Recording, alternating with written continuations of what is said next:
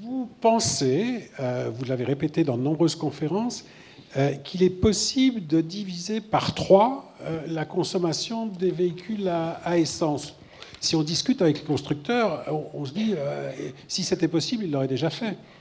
Alors ça dépend. Si vous discutez avec Renault, qui promeut la voiture électrique, il va sûrement vous dire que c'est pas possible. Si vous discutez, alors j'ai pu dire Carlos Ghosn, Carlos Tavares, puisqu'il y en a un des deux qui a disparu. Mais bon, si vous discutez avec Carlos Tavares, au contraire, il en est assez convaincu. Donc en fait, vous avez, pour revenir sur la partie technique, vous avez 4 grands leviers pour réduire la consommation des voitures que j'appelle voitures thermiques. Alors, voiture thermique, ça veut bien dire voiture à essence et voiture diesel. Le premier, c'est la vitesse. Donc, c'est-à-dire que quand je dis qu'on va réduire la consommation aujourd'hui à peu près 6 litres au 100 vers 2 litres au 100, 3 à 2 litres au 100, ben, ça veut dire passer sur autoroute clairement à 100 km/h. Je sais que ce n'est pas très populaire, mais bon, c'est un moyen incontestable. Hein. Alors, ce n'est pas tout à fait vrai, mais enfin, vous connaissez un demi de MV carré, donc c'est-à-dire que la vitesse joue quand même beaucoup sur la consommation. Ce n'est pas tout à fait vrai, hein, mais bon. Deuxièmement, il y a le poids.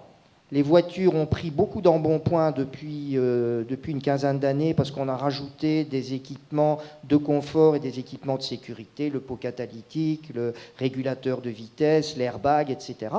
Il y a moyen avec des métallurgies autres que l'acier, question de coût toujours, mais de réduire le poids des voitures.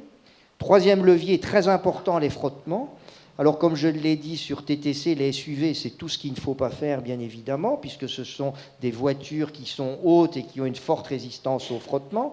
Entre une BMW X3 et une Mercedes CLX, vous avez à 120 km/h 2 litres au 100 de différence en termes de frottement. Vous avez les pneumatiques. Alors vous avez un moyen extrêmement efficace de réduire votre consommation, c'est de vérifier la pression de vos pneus tous les 15 jours. Je suis sûr qu'il y en a peu qui le font dans la salle. Il y a une étude qui a été faite au niveau européen qui montre que rouler avec des pneus sous-gonflés, c'est 2 litres au 100 de consommation supplémentaire. Et puis vous avez enfin le digital.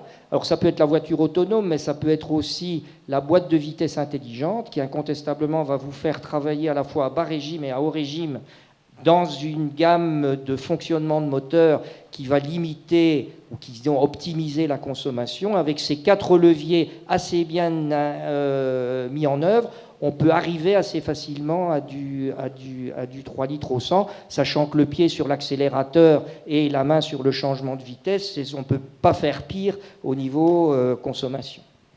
Vous êtes d'accord avec ça ? Bon, l'industrie automobile a déjà fait beaucoup de progrès. En 10 ans, la consommation a baissé de 30%, sur les citadines en tout cas.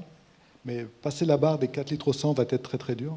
Alors oui, alors j'ai oublié un point, c'est que quand je vous parle de 6 litres à 2 litres au 100, c'est vraiment en longue distance, puisque mon option, c'est bien la voiture électrique en ville, et on pourra peut-être y revenir, et la voiture thermique routière sur longue distance, puisque je ne crois pas à la voiture électrique sur les longues distances en tant que routière. On pourra peut-être revenir à ça après sur le débat. Donc je suis tout à fait d'accord avec vous, c'est pas en ville, c'est bien sur des longues distances. Déjà avec le régulateur de vitesse aujourd'hui, on descend assez facilement à moins de 5 litres au 100. Mais la barrière des 4 litres va être très difficile, parce que quand on veut quand même du confort dans sa voiture, il y a un certain poids. Et comme l'a dit William, si ça avait été faisable, ça aurait été fait. Parce qu'il y a des tas d'ingénieurs intelligents dans les constructeurs automobiles, et s'ils pouvaient le faire, ils l'auraient fait depuis longtemps. Mais donc, comme vous l'avez dit, soyons optimistes.